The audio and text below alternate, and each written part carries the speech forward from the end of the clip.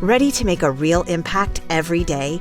Join the Active Day Home Care team and help clients maintain their independence in the comfort of their own homes. Make a difference in someone's life as you provide essential daily assistance and protect their health and happiness. Earn up to $20 an hour and enjoy additional perks like optional daily pay, 401k, paid time off, ongoing educational training, and more. Join a team that values care, compassion, and your professional growth. Visit activeday.com to apply. Eugene Butler moved to a quiet North Dakota farm and built himself a fortune. No family, no fuss, just a guy and his land. But beneath that calm surface was a man haunted by shadows that only he could see. But when the sheriff got involved, Eugene ended up in a mental hospital. Then, years later, something was found beneath his farmhouse that flipped the whole story upside down. Before we jump into that story, if you like true crime brief and bingeable, you're exactly where you need to be. Hit follow now for at least 2 new episodes every week. This is 10 Minute Murder. Let's get into it.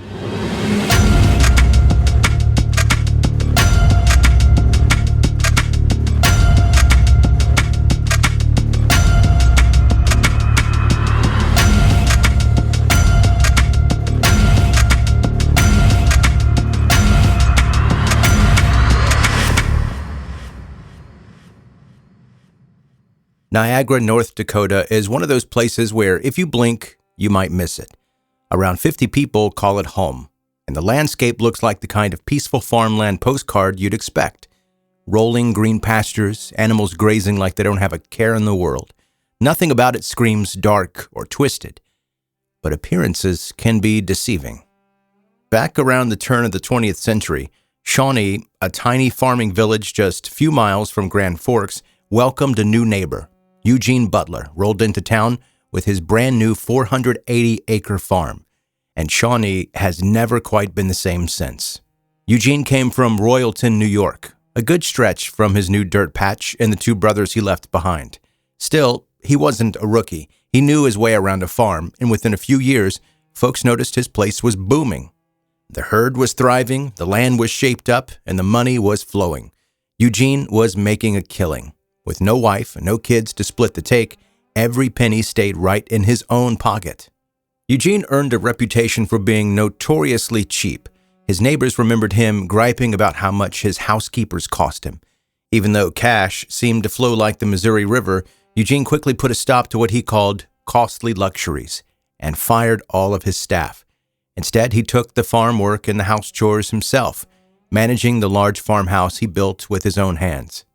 Only during the busy summer months, when the farm work piled up, would he reluctantly hire a few seasonal farmhands. At first, this setup seemed to suit him. Neighbors described Eugene as friendly, even a bit charming, but as the years passed, he retreated further into himself. People who once considered him a friend chalked it up to a lonelier lifestyle he was choosing to live. When he wasn't paying farmhands, Eugene could go long stretches without talking to or even seeing anyone. His world, his whole bubble shrank to cattle, crops, and chores. He rarely made the trip into town, but when Eugene did show up in public, that's when things started to raise eyebrows.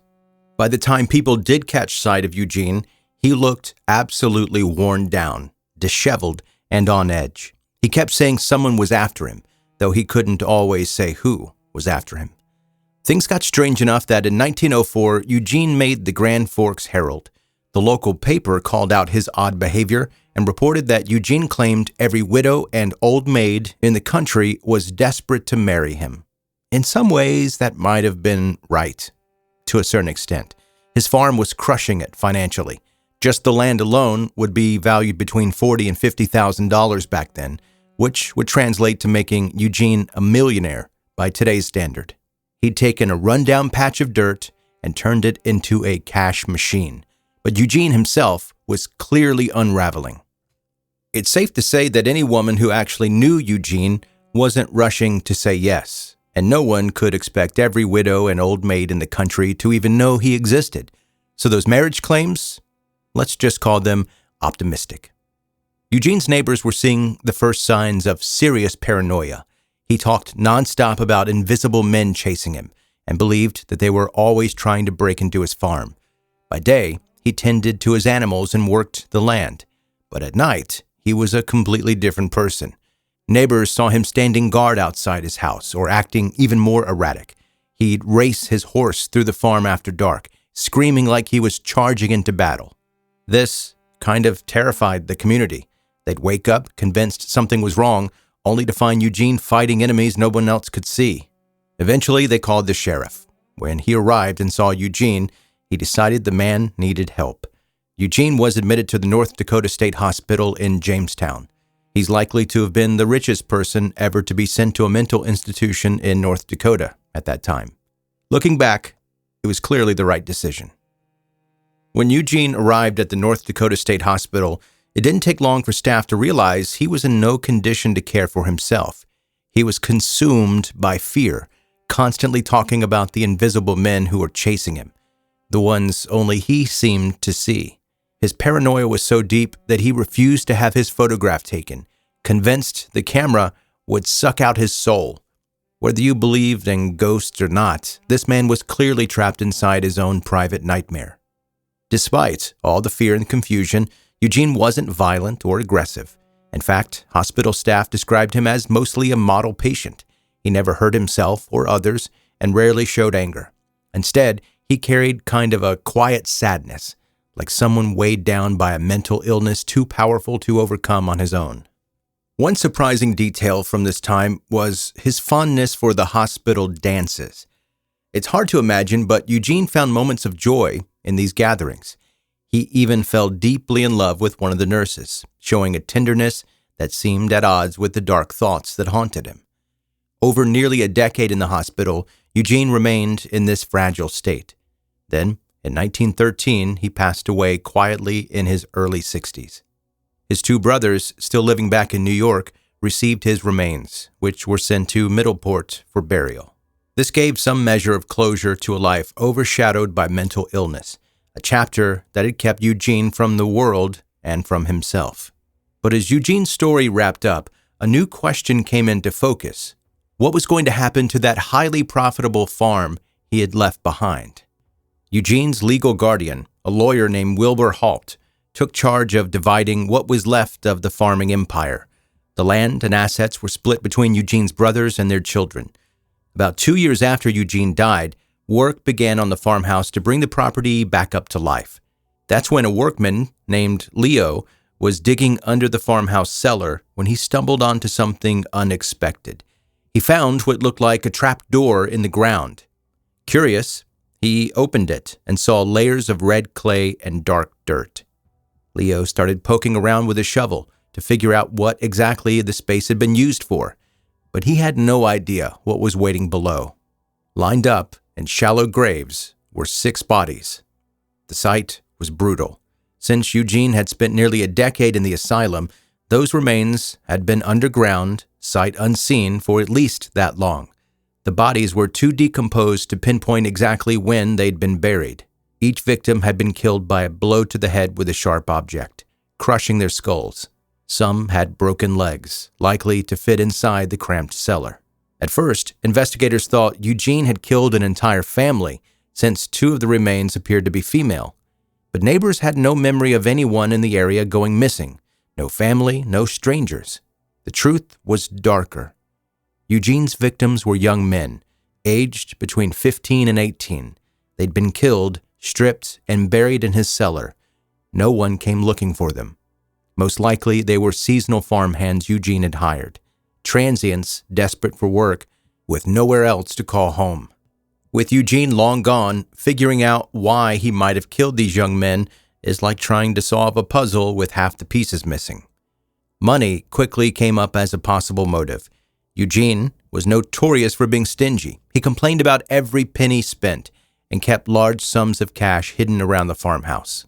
When authorities searched the place after his death, they uncovered roughly $6,000 stashed away, which is about $215,000 in today's money. A small fortune just lying around. One theory is that the boys, likely seasonal farmhands with little else, might have been tempted to try to steal from Eugene. If that's true, he didn't hesitate to use deadly force. There is also the possibility that Eugene's paranoia spiraled out of control. Maybe he saw threats where there were none and killed in a panic, or out of fear that cannot be fully understood now. A more complex theory touches on Eugene's sexuality. Some believe he might have been struggling with his identity and punished these young men either for tempting him or rejecting his advances. Back then, such things were hidden in silence and shame, and it could have added to his inner turmoil. Ultimately, none of this is certain. No clear answers have ever surfaced. The motive remains buried beneath layers of mystery, just like the victims themselves. Identifying the victims proved impossible. Their remains were collected into a box, but several went missing, likely taken by souvenir hunters. The box and much of the evidence has since disappeared completely. In 2016, the Grand Forks County Sheriff's Department made a public appeal for new leads or information, showing this case still haunts the community today.